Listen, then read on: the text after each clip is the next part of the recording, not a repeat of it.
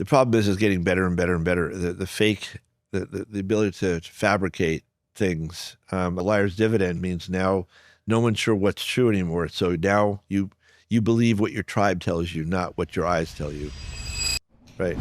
Welcome to Connected Conversations. I am Elena Petrova, founder and CEO of Adastra Inc. Tune in as we share inspiring stories, connect with local heroes, and discover solutions that uplift us.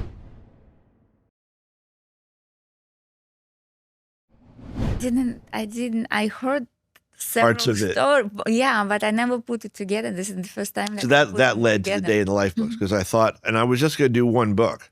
I love being a photographer. You know, I told somebody I want to do a book someday saying I love being a photographer. I just don't like being treated like one. You know, see what I mean? It's like the experience of being a photographer is fantastic, but then very often you're at the mercy of so many other people's opinions and problems and issues and concerns that have nothing to do with the story that you're shooting.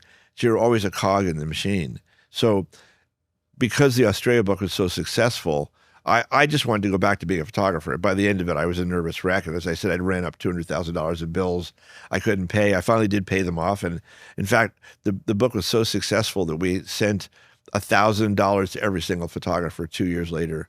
None of them thought they'd ever get paid, and nobody cared. It was so much fun for everybody. But so we not only paid off our bills, but we actually, paid the photographers at the end. But then the governor of Hawaii called and said, it's our anniversary of statehood. Would you do us? And then American Express called and said, would you do Japan? And then Gorbachev's office said, would you do Russia? Yeah. It was incredible. I mean, so we just went from project to project to project, and we started doing 1-hour TV movies about how we did the book because people were curious about the backstory of it. So we kept adding. Interesting to me, because when I'm looking at your story, you follow your heart and you take risk and you do so many things that other people wouldn't do. And then you land on your feet in the end. And the funny thing is, I don't think I'm a brave person or a courageous person. I think I just... Well, Rick, you've done things that I do not know that many people who would do it. No, but you were so young, and then somebody asked to take care of 11-year-old kid, and you follow through. Then you helped a woman to cross the desert. Not much I help. Well, I think. And then you published the books, but you were on that balcony. With Natasha with the fire, and then you were saying, "Oh well, next time I'm not going to play the god. I'm just hurting people." Yeah. What was coming? What was going through your head when you guys were on that balcony and you thought that you might not survive on that fire? Well, the backstory is that when sort of circling back to the beginning of our conversation, but when my best friend decided that he wanted to adopt. Actually, I wrote him a letter and he wrote back and said, okay, I'll adopt her. I said, wait, don't you want to see pictures or anything? I thought the best thing I could do. So long story is that after the grandmother died, I got a telex from Time magazine saying somebody in Korea died and left you a child in their will. So I went back to Korea, went back to the village. She was gone. The house was empty. We managed to find a little girl that she played with after school every day that I recognized. And we found out she'd been taken in by somebody in Seoul, like about an hour away. So we went to this address and she'd been taken in by her uncle, and who was very hostile when I showed up and was not friendly at all and very suspicious. And I said, this little girl's grandmother asked me to find a family in America for her granddaughter, and I have. And he said, no, she's staying with me. And then I found out he was her uncle. And it looked like she was being enslaved. Basically, she's not in school. How would you say that? I was curious when I was reading that or listening that on your... Well, I mean, I had this horrible sense of Cinderella. It's like this child's going to be trapped with this man, and maybe he's an uncle, but it looked like she was not going to go to school, had no friends, was to take care of his kids. It just seemed horrible. And what I thought at the time was I had photographed some older Amerasians, a boy who had been in and out of jail and a girl who was working as a prostitute. Is in your opinion or from your knowledge, is it that's the path that those kids would take? Yeah. Yeah. I mean, nobody would marry them or hire them. They were untouchables, really, the lowest of society there. It's funny because even though a lot of people in Asia sometimes have eye operations to look more Western, the fact that these kids look Western actually worked against them. There was almost an embarrassment. I think there was also in Korea, and particularly because the Americans because we have our army bases in Korea, and I think South Korea sees America as defending them against North Korea. There's a sort of emasculation or a humiliation to see that American GIs were impregnating Korean girls, yeah, and yet the government seemed powerless to do anything about it. And so, anyway, the uncle was very unfriendly, and my thought was hoping there was some humanity in him somewhere, that I invited him to lunch. And I said, look, I'm stuck here for a week. I'm glad you're going to take care of her. I realized that trying to push him was not going to get me anywhere. So and this is all through a translator, but I said, look, I'm really happy you're going to take care of her. And I remember the translator looking at me saying, you're just going to give up? Like, what? What are you doing? I mean, you're just going to say, okay, this guy's going to take this after you arrange this family? And I told her later, no, out of desperation, I said, I'm going to invite these two other Amerasians that I photographed and have them come to lunch and have them tell him what may happen to her if she stays here.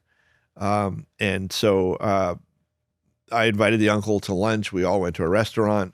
These two older Amerasians came, and they started yelling at him, and we got thrown out of the restaurant. And they were basically saying, you're a terrible person. How can you take away this child's ability, this opportunity to go to America, and you're a horrible person.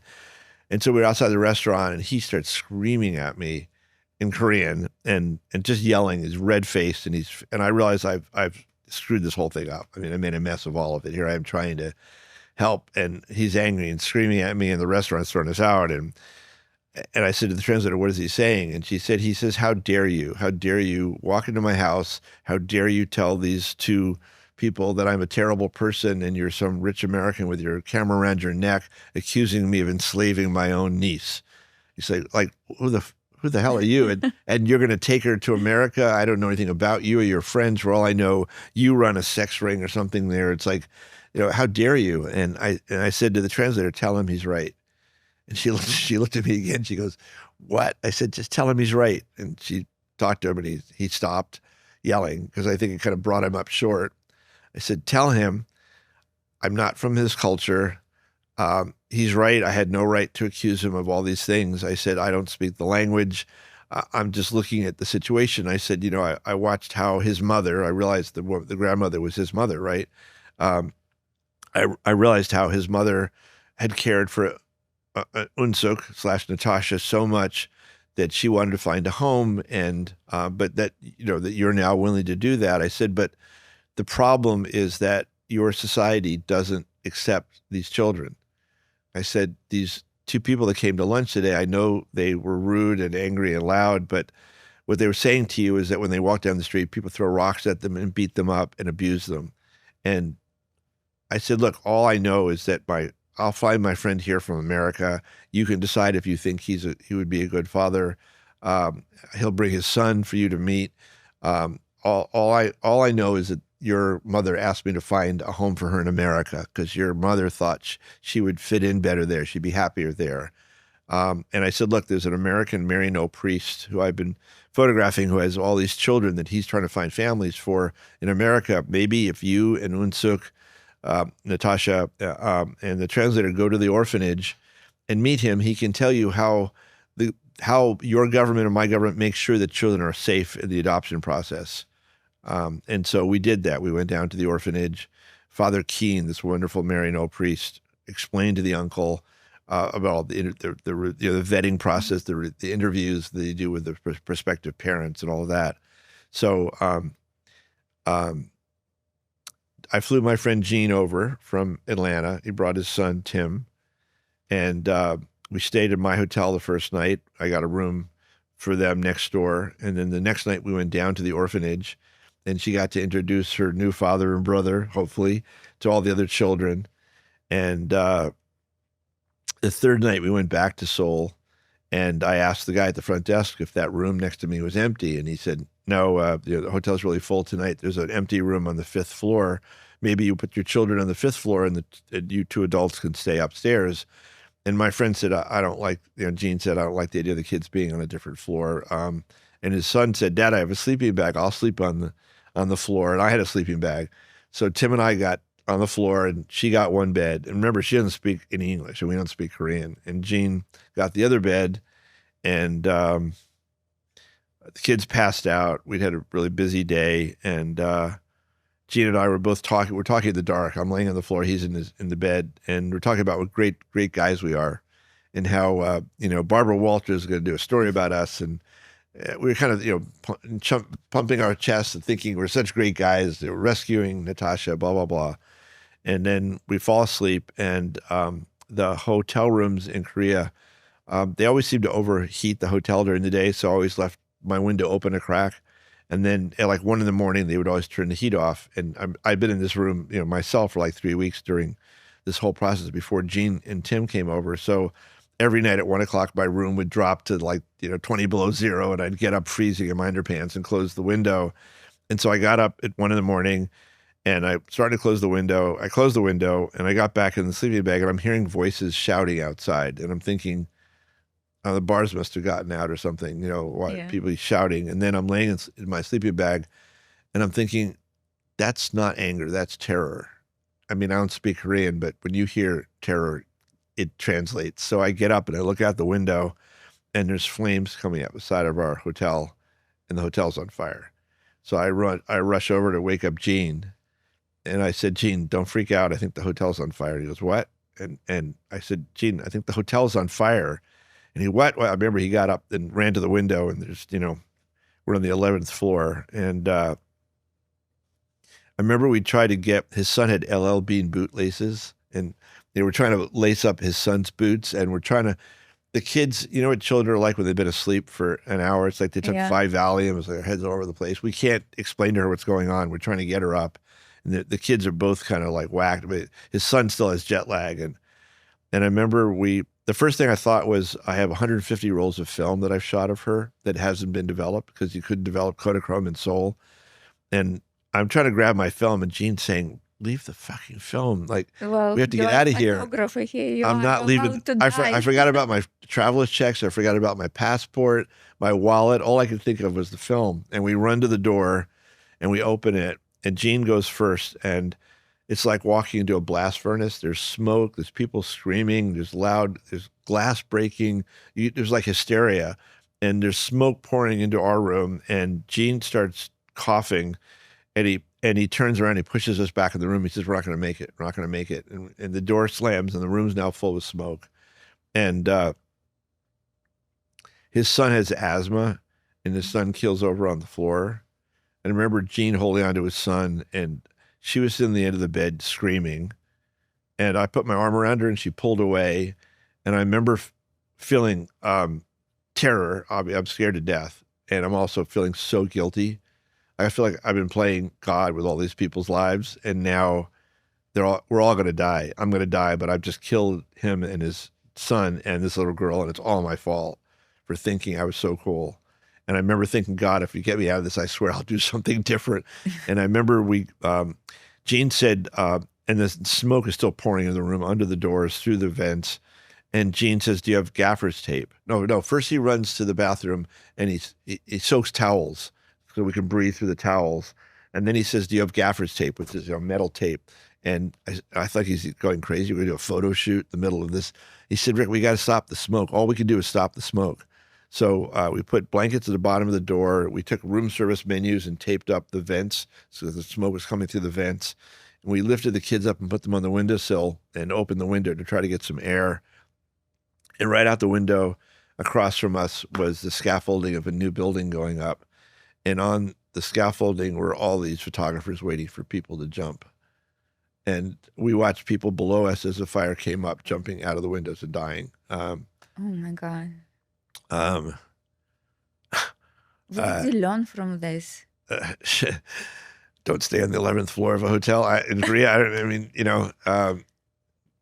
probably about 30 minutes into the fire, there's this loud pounding on the door. And we all, Gene and I both had the same reaction, which is that we've protected, this room is now like our refuge, and we're not open. Somehow we thought somebody from one of the other rooms was trying to get into our, none of it made any sense when we talked about it afterwards, but both had the same reactions, don't open the door. And they were shouting in Korean, and Natasha ran over to open the door, and I tried to stop her, and she kicked me in the shins. And she opened the door. It was firemen, and they were trying to get us out. And so they took us down the staircase because you never want to take an elevator at a fire. And the staircase had been there. We could have gotten out for the first moment, but you don't know if you're walking into the fire, right? Yeah. And in the lobby of the hotel, they had people passed out on the floor unconscious. People were crying. People's eyes are burning. And the fire engines did finally show up, and they were pouring water into the floors above us. And I'm looking up and I'm seeing water starting to drip through the ceiling. And I'm thinking, the ceiling is going to collapse on us. We have to get out of here. From fire into water. Right. Yeah. So the first thing is Gene, the manager of the hotel, was sitting there in shock. And Gene said, we need to give these people brandy or something because they're, give them some liquor or something to. And remember the guy said, we don't have the keys to the liquor cabinet. And Gene took his coat and wrapped it up in his fist and smashed open the liquor cabinet and started giving people brandy and whiskey. And then we looked up and saw the ceiling and said to the manager, we need to get out of here. The ceiling's going to collapse on us. And the manager said, it's a curfew. We're not allowed out in the street after midnight. And Gene said, fuck the curfew. We led everybody out of the hotel to another hotel across the street. I mean, it was such an insane night. And then the next day, we had arranged to rent a car and drive back to her village where I first met her. Mm-hmm. And so we went and our clothes stank of smoke. And we drove to this village, and it was a birthday party for a 60-year-old man, which is how old Natasha is today. Oh. And they had this dance inside these big plastic tents, and Gene drank rice wine, and it was crazy. Anyways, I just fell down the rabbit hole of memory. So she came. The adoption was supposed to take a year. She stayed at Father Keane's. She moved to Father Keane's, and then I went off to shoot another assignment for Time magazine. And I came back 2 weeks later, and I saw her, and I went to see Father Keane, and he said, come in my office for a second. He closed the door. He says, I have to talk to you about Natasha. And her name had still been Unsuk. And I said, is there something wrong? He goes, well, first of all, she's calling herself Natasha, which is fine. I said, does she know that's a Russian spy? I thought, my version of the story is she was watching Rocky and Bullwinkle cartoons. Oh. She said that wasn't it, that she chose it for some other reason. He said, the third day she was here after you left, she walked into my office and told me that I was very messy and very disorganized. He said, I have 75 children here, and three women and myself trying to take care of 75 children. And so he said, the whole place is bedlam, as you can imagine. And he said, she walked into my office and she'd assigned each of the older girls to one of the younger kids. And saying, you're going to bathe this child and clean them and blah, blah, blah. And he said she's organized movie days on Thursdays to take all the older girls to the movie in town. He said basically within the first week, she was running my orphanage. Wow. And told me that I was messy and needed to be more organized. And she's been like this. I mean, she was just, 11 years old. And he said, I don't know what how the grandmother raised her, but she's extraordinary. He said, of all the children that have come through the orphanage, I categorized the children into three groups. The first are plastic, where no matter what they experience, they are who they are, and everything bounces off. And if they're happy, they're fine. If they're sad, nothing changes them. And he said, then we've got glass kids that are just shattered. Their personalities, whatever the trauma is they've been through, it's like Humpty Dumpty. We can't put the pieces back together. They're just psychologically damaged. And he said, every once in a while, and he said, it's only happened twice before, have I seen a child that I call steel, where the more adversity, the stronger they get. And he said, Natasha is one of those kids because I don't know what she's going to do with her life, but I can see already she's just like a born leader. What is she now? She works for Delta Airlines. Oh, wow. She's a senior flight attendant. She flies to Korea. She speaks, Korean fluently still. Both of her kids are in college now. She learned, so the adoption was supposed to take a year. So I found out the name of every official in the United States and in Korea who was involved in the decision making. And I told them how famous they would be when the story got published. And in 4 months, everything got signed. I never published the story. I just put all the pictures in a safe deposit box. I just thought the last thing she needed was more attention. That's true. So she came to America in May, right around her birthday, and then she entered 7th grade at her own age level. She learned English in 3 months. She became captain of the cheerleaders, homecoming queen. Went to college. Just she's had a pretty good life. She skis. She's got lots of friends. She's still the leader. Whenever she is with a group of people, and she's sort of like people said it must be feeling like she was your first kid. And I said it's more like kid sister. Right. It's sort of, she's a member of my family, but it's not. She's been more mature than me since she was 11. You always say that. You were saying the same about Robin Davidson. Yeah. That she was mature than you. It's interesting how, to me, it's so interesting that you're such a connector. You're connecting people through photography, but you also joined photography because you were introverted. You were saying that. Yeah, I was shy. You were shy. You wanted to sort of like take pictures of the girls. Of girls, yeah, sure, yeah. I was painfully shy when I was a kid. I mean, the camera was a great excuse to, it's like to be there but not be there. Like for years, my wife said to me, you come to these family gatherings, but you're always outside. Like, Is it your way to communicate? Yeah. I mean, now I'm obviously more comfortable in my skin, but I always thought when I was a kid that when most people were born, there was something in their toolkit that gave them the ability to talk to strangers, to make friends easily, to connect with people. And I always felt it was missing, and that if I watched other people, I could imitate and learn. So it made perfect sense that I became a photographer because I was always intensely watching body language and trying to figure out how did that guy talk to that girl? Like, how did he just walk up to her? And why wasn't he afraid of being rejected? But the camera was like a great, instead of me being judged as me, I was being judged as a photographer that would make you look good, right? So people liked me because the football players liked me, even though I couldn't play football, because I would photograph them playing, and the cheerleaders liked me because I made them look good, and the hippies, it's like I was a mirror to them. And so they weren't seeing me, they were seeing themselves, right? So it's sort of deflecting, from me. How do you see the photography today? Well, I mean, first of all, every single person has a camera in their pocket. Actually, everybody has a broadcast network in their pocket now, which is really incredible when you think about it. And so I think in some ways photography has become commoditized.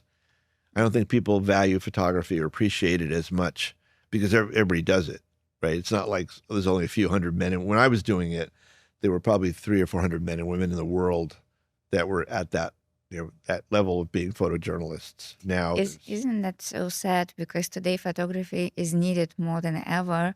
Because just like you said, everybody can do it, and AI can do it too. Because now you don't believe it. But we should, because it's terrible. Because the problem is that any image can be generated. I know. And it's so believable.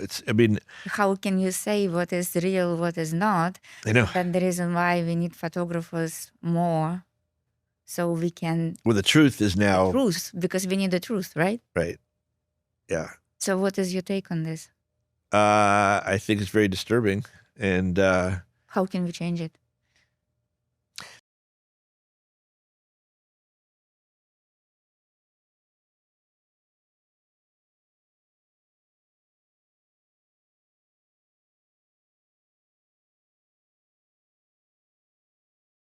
all the police that were there dancing together while the guy with the gun ran behind them, and it looked exactly like the footage that we saw from Trump. I mean, it's amazing how this AI can now generate something that's completely believable. And again, this is still primitive. It's getting better by the day.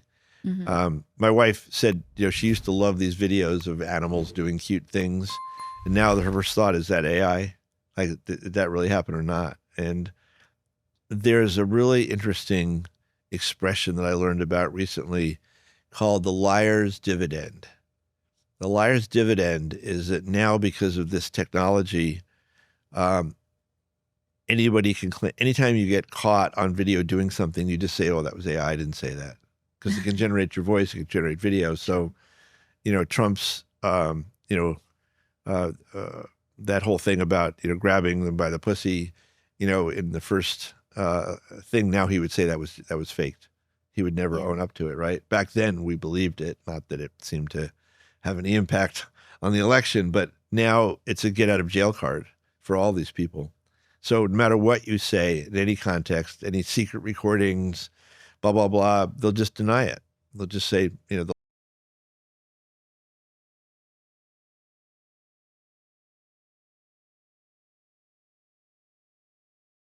Yeah. Technology. In general, so do you think AI is going to connect us, or do you think it's going to separate us more? um, I had an idea the other day for a product called an algorithm exchange. So, if there's like I've been searching longevity, right? And so now I'm being fed constant stories about longevity. And I would love to say to you, let's exchange algorithms for 2 days. I want to see the information that you're being served, and you'll see the information I'm being served. Yeah, it's interesting because sometimes my daughter and I, we talk about this. If I see her phone, her feed, she lives in a different bubble. Right. She lives in a different world. Right. If you see my phone, I see yours. We're probably going to be living in different universes. There was a guy at TED one year. He's now quite famous. Tristan, I forget his last name, but he gave a talk, and it was the first time any of us heard about the word filter bubble. And this is TED probably over 10 years ago, maybe 15 years ago. And he said, he and his wife were sitting in the kitchen, and they were talking about something, and he said, let's Google it. They both Googled it, and they realized they were getting completely different search results. Interesting. And he said, oh my God. He said, I didn't realize that Google had, an algorithm that used as the filter when he asked something versus his wife. And that was, again, 15 years ago. Now it's so sophisticated because now it serves you up ads and what shows up in Threads and X and Facebook and all the rest of it. But I have a close friend who is a Trump supporter, which I can't understand. And every time I say anything to her, her response is right out of Fox News. I mean, it's like, well, Biden. That's always, every sentence starts well with Biden, blah blah blah. And I literally would love I would love for her to see the world the way that I see it, all the media that I consume. I mean, I consume so much media every day. I mean, literally, I probably spend 4 hours a day listening to podcasts. I don't sit there. I'm on a bus. I'm on a train. I'm on the way to work. Whatever it is, I have a constant feed of information just because I find it interesting. But I listen to Tech Brew Ride Home about AI and technology. I listen to Pivot, Kara Swisher and Scott Galloway. I listen to Up First from NPR. I will listen to Fox News because I want to hear what they're listening to. But you realize that we're all swimming in the sea of information. And my worry about AI is that somebody that wants to manipulate me can create fake news, fake video, fake stories to try to change my opinions based on what the algorithm knows about me. And then they can target each of us individually when we're about to vote, when there's an election coming up. Yeah, and that too. Also, when we think about it, there are so many different ways that we can look at it, right? I'm really hoping that, just going back again to the any threat that we were discussing earlier, the way that I'm thinking about it is like one day we will realize that it's either we need to be together for either it's either going to break us together or whether we are going to make it out together. But there is no way for us not to understand how important. Well, I hope you're right, but it depends on what the end goals are, right? If Right. it's the Do you Stella remember? stuff, Right. Remember that movie Arrival? yeah, sure. I don't know why. Just maybe again because my work is about communication. Everything that I do is about communication. Again, that's the reason why I like having this podcast about human connection Right. and see how everybody views human connection right now. It's just sort of again we can say that China is developing their own AI. We are developing our own technology. And again, we've been through history. We've been through the whole race between U.S. and former Soviet Union. We can learn from it. It's just we are doing yet again another race right now. Yeah, I know. Right. Sort of history just repeats itself. Yeah, but it's again. Remember Easter Island? I feel like we are repeating Easter Island story. That's all that's going to be left. The little inscrutable monument. And that's the reason why we need to remember that we need to stay together. But if you're going to be solving something. The algorithms of outrage are profitable, right? I mean, so the things that surface that catch our attention as human beings are the things that we find threatening or dangerous, right? I mean, it's hard to do news about. Good news doesn't sell. Bad news does, because people it makes you're looking for the predator, right? It's human nature, and it seems like so much of this technology, what they've learned is that the stories that get forwarded and passed around and get the most attention are the ones that are the ones that get people upset. And so as long as the money always follows the outrage, the idea of technology bringing us together instead of separating us, the money is separating us, right? That's the danger right now, is that all the companies are finding out, whether it's Facebook or anyone else, if the only criteria to judge something by is that it becomes viral, it's sort of the incentives are completely wrong, right? I mean, if your only goal is to make money, then it's the right one. But if you actually look at the long-term implications of it, what it's doing to society and people's self-image, I have to say, again, this is out of left field, but I remember during COVID thinking that COVID humanized people in an interesting way. Suddenly there was Trevor Noah at home in his den, and his hair had grown out, and he was like, like a real person. Like all of a sudden we saw these people that seemed like, media gods. They were just there with their family, and their dog ran into the frame, or their kid ran in, and for a while it seemed like it actually, I thought that also, with what Trump has done with all these people, basically kissing his ass, no matter how really, Jeff Bezos, if you're the second richest person in the world, you don't have enough money to say no. I mean, really, a $25 million movie about Melania, it's a bribe, right? I mean, it's just sad. The whole thing is sad. But it just feels like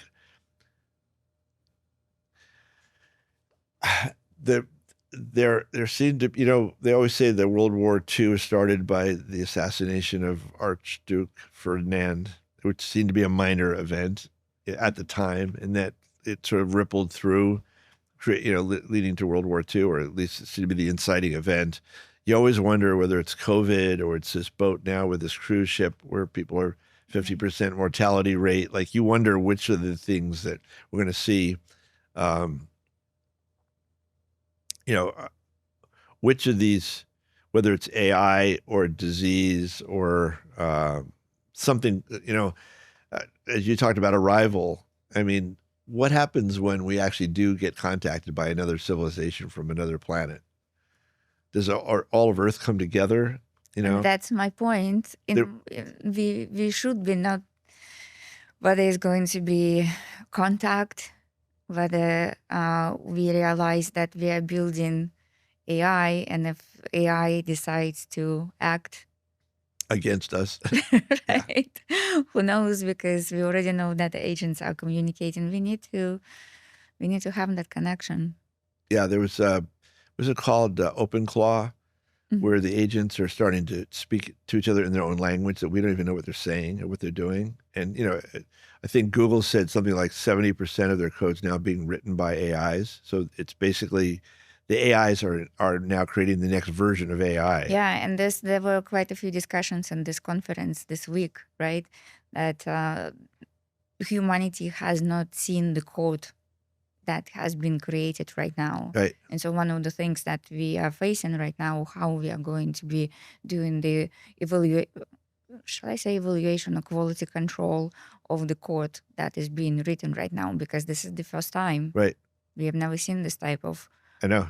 And we're unleashing this with no guardrails. And as you said, the AIs are talking to each other. It's almost like, I mean, it sounds fantastical, but in history books, there's always all these stories about the gods. The people thought the constellations were different gods warring, but in a way, you could see the gods of AI. Where they're each developing. There's a Claude god, and there's an OpenAI god, and there's a DeepSeek god.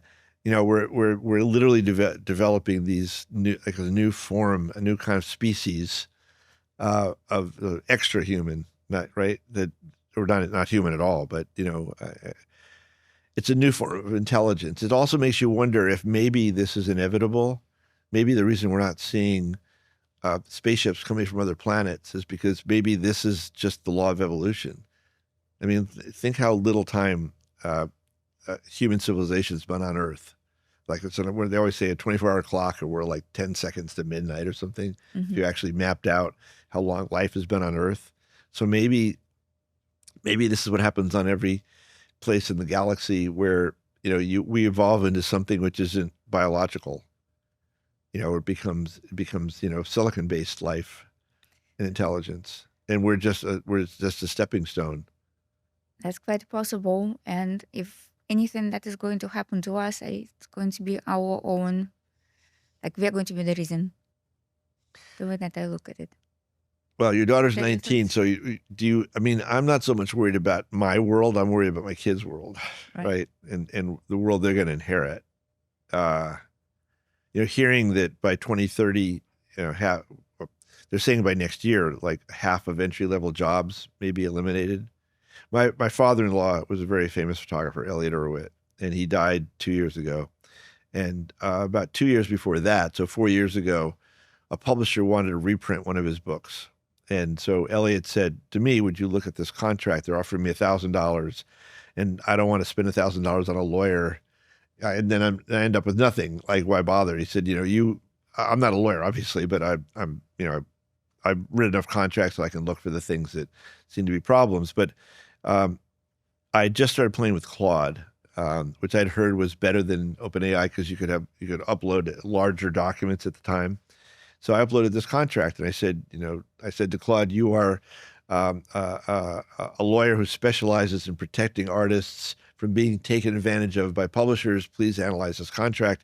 Tell me if there's anything I should be concerned about. And I hit enter, and within a millisecond, it said the grant of rights is too broad, the advance is too small, international rights should be done this way, blah blah blah.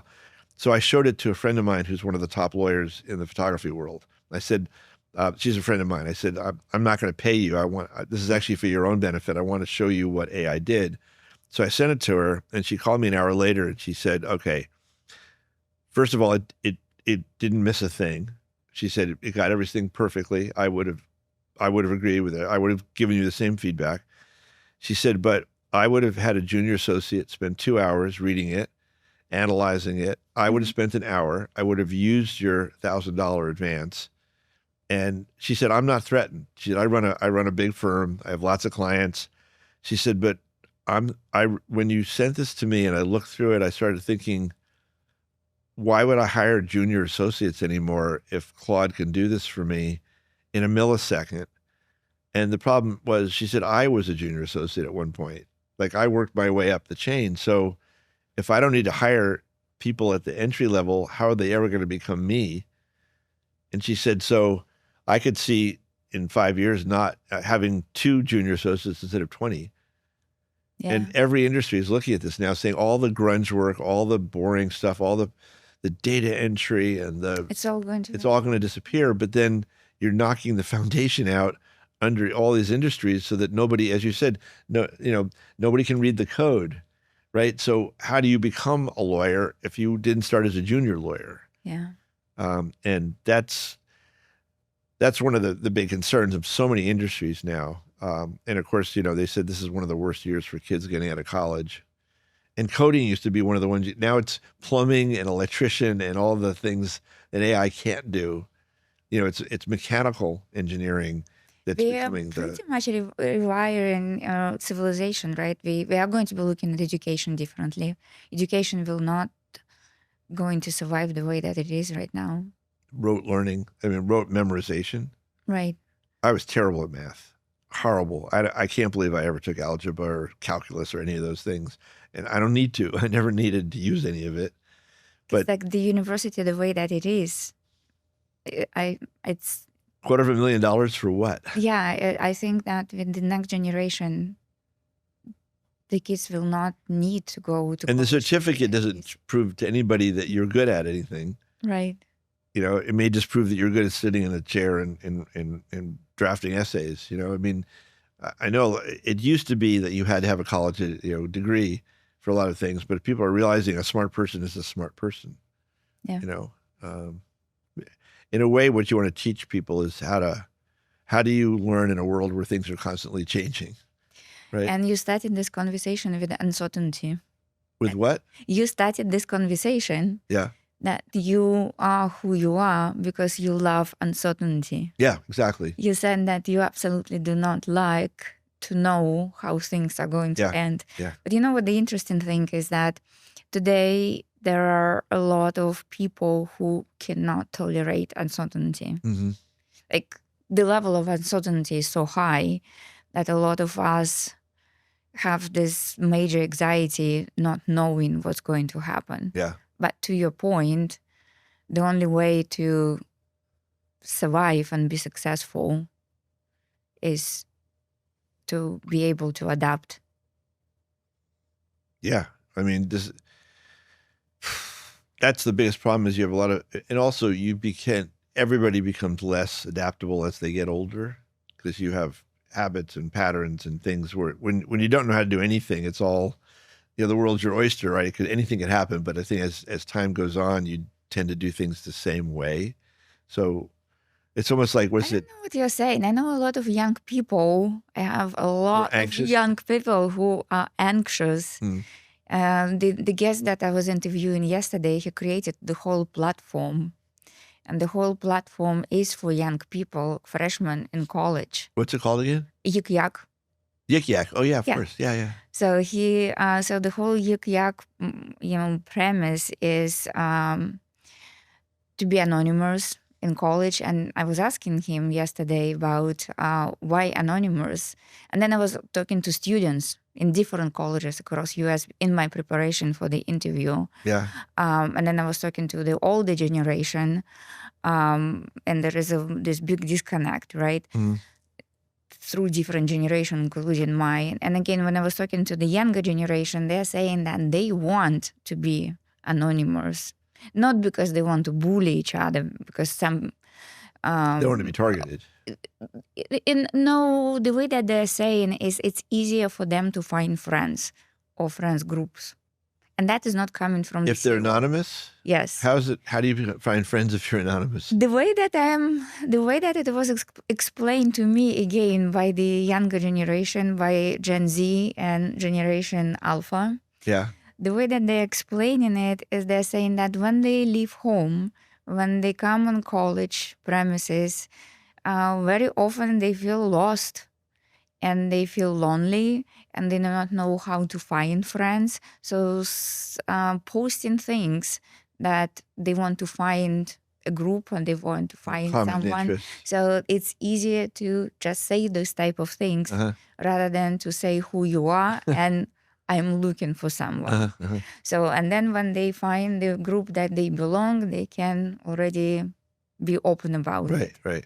So that goes to the point of our conversation today, that uncertainty is real, and today there is a lot of it, and not everybody is Embraces it. embracing Yeah. it and be able to survive.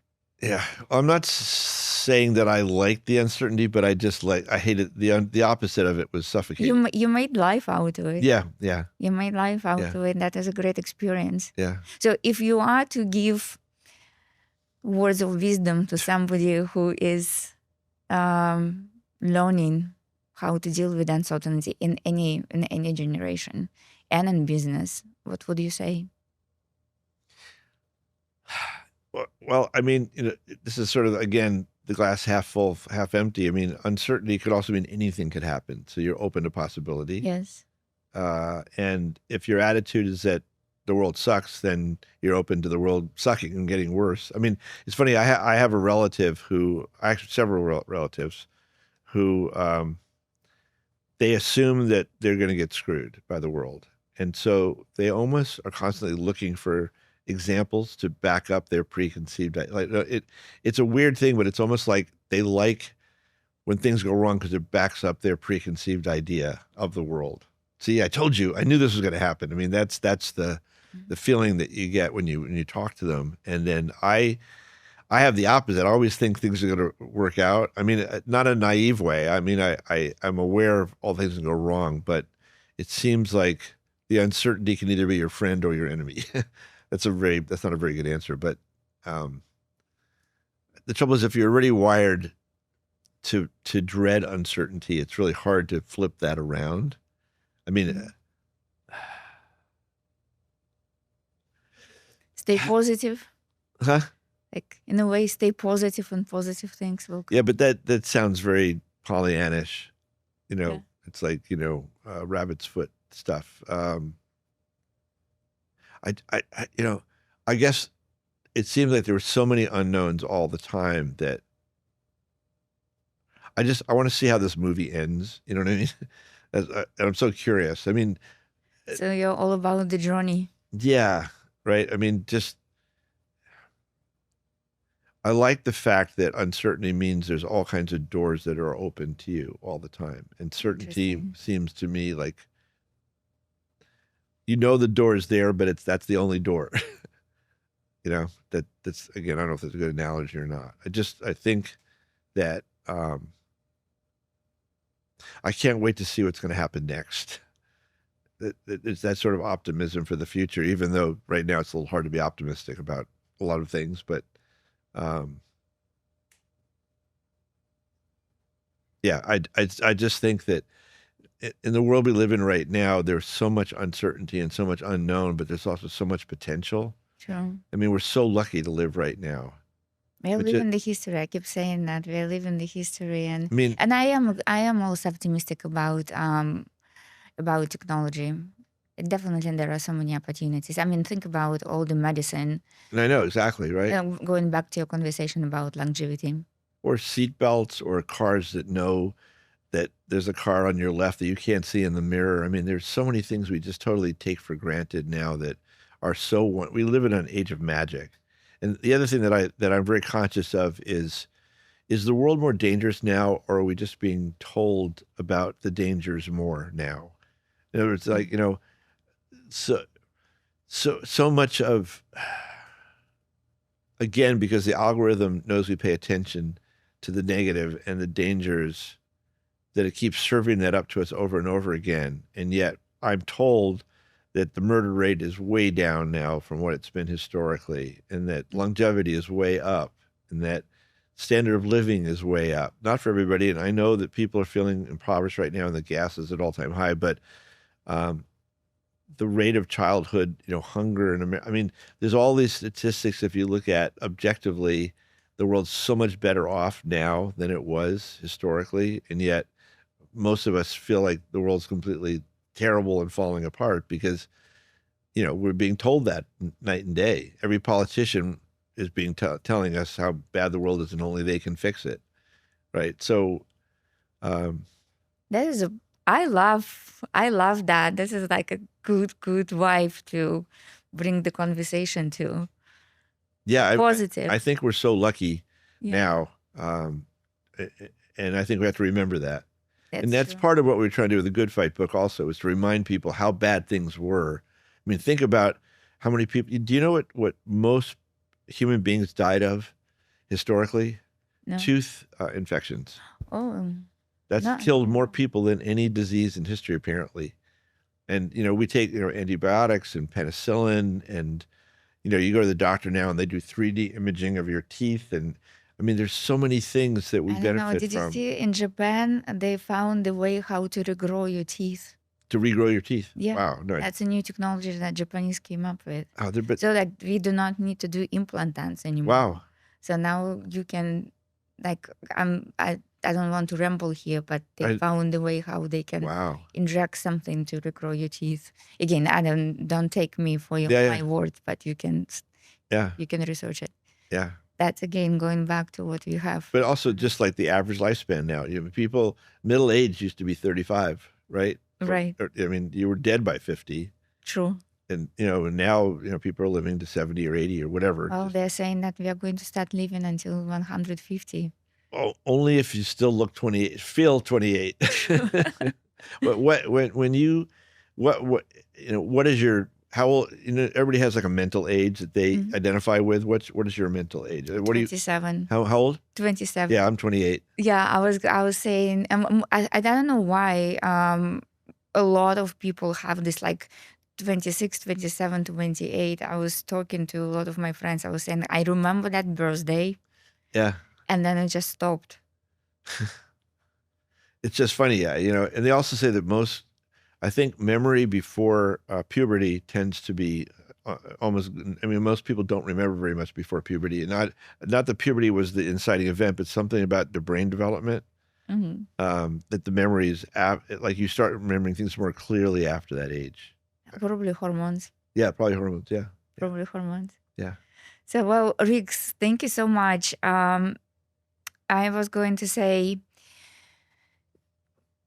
what conversations, in your opinion, we should be talking more today? What should we be talking more about? Yeah. What conversation we as a community, as a society, as a on a global level, do you think we should be having more? Because we are on a connected conversations. Yeah. Somebody says like we're communicating. We're communicating more, but connected less. Right. It's a weird duality, right? Just True.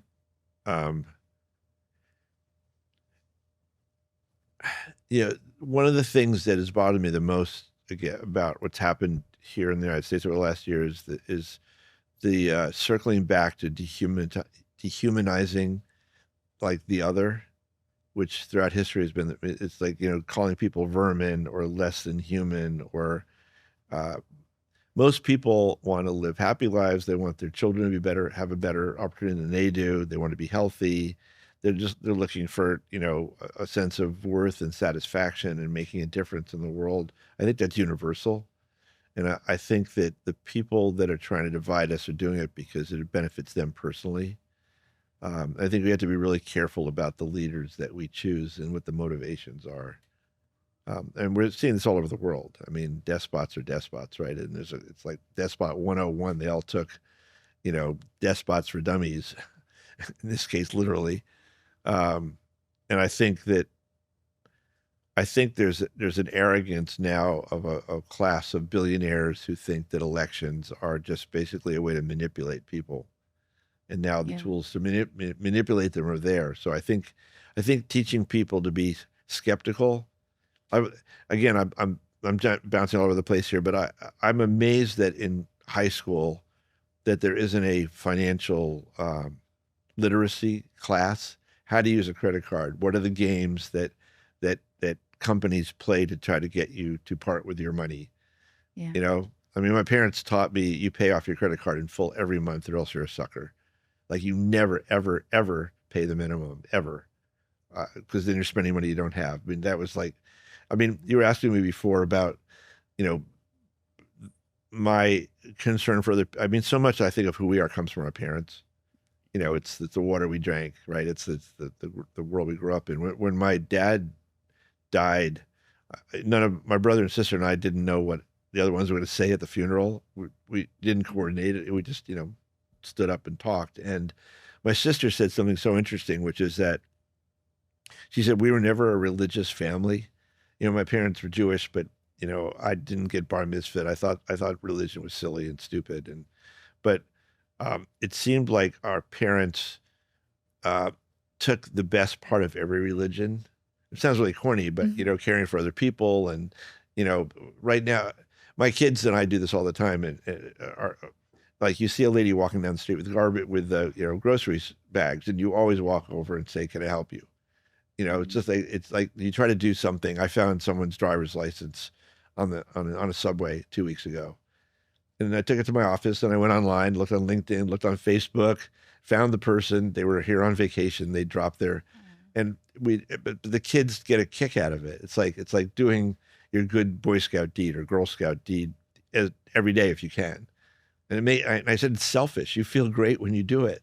It's not like you're such a great person. It just makes you feel good, right? So somehow I felt like our parents, because my sister and brother and I and my kids now and Jennifer, we all we're always rescuing animals, dogs, cats, people, driver's licenses, cameras in the back. I got in the back of a taxi once, and it was just about to start pouring, and I was about to go through from the east side through Central Park to the west side, and there on the seat was this beautiful little point and shoot camera.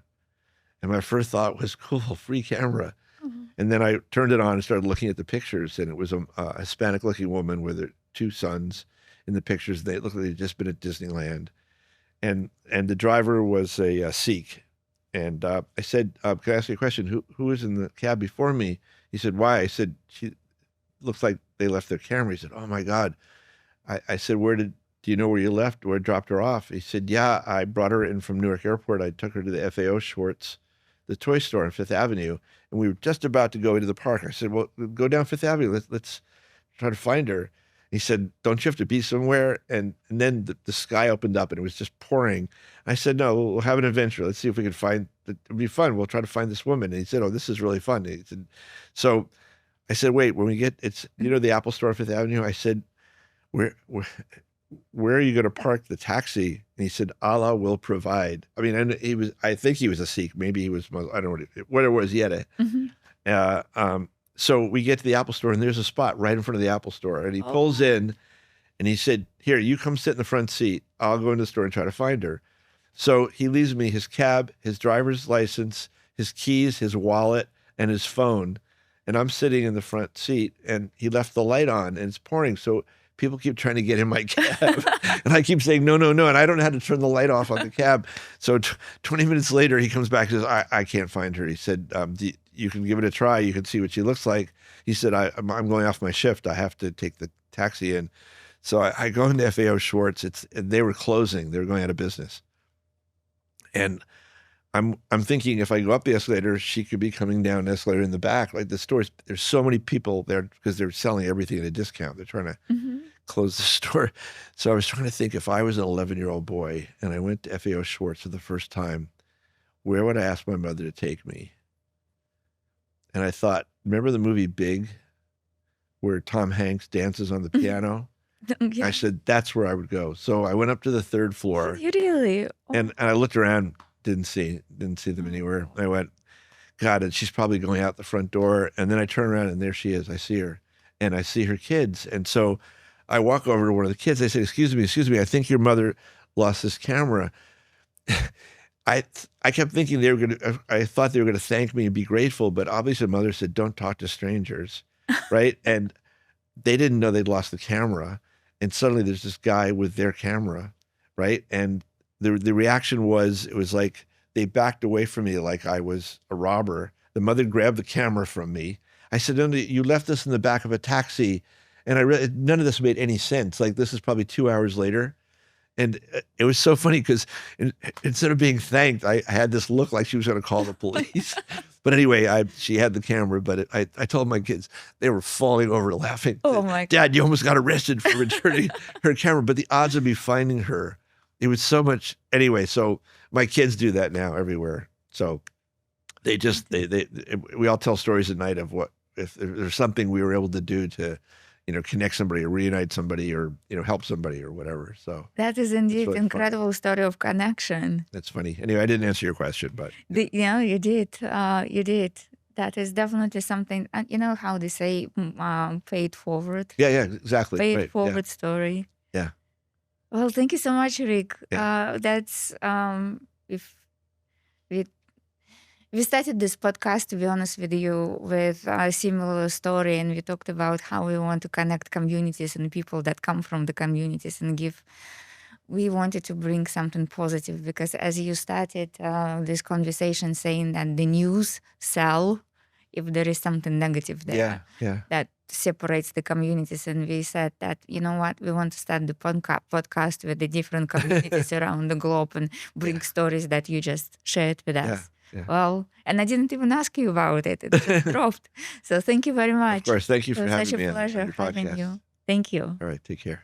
And thank you for joining us on Connected Conversations. Thank you for tuning in into Connected Conversation.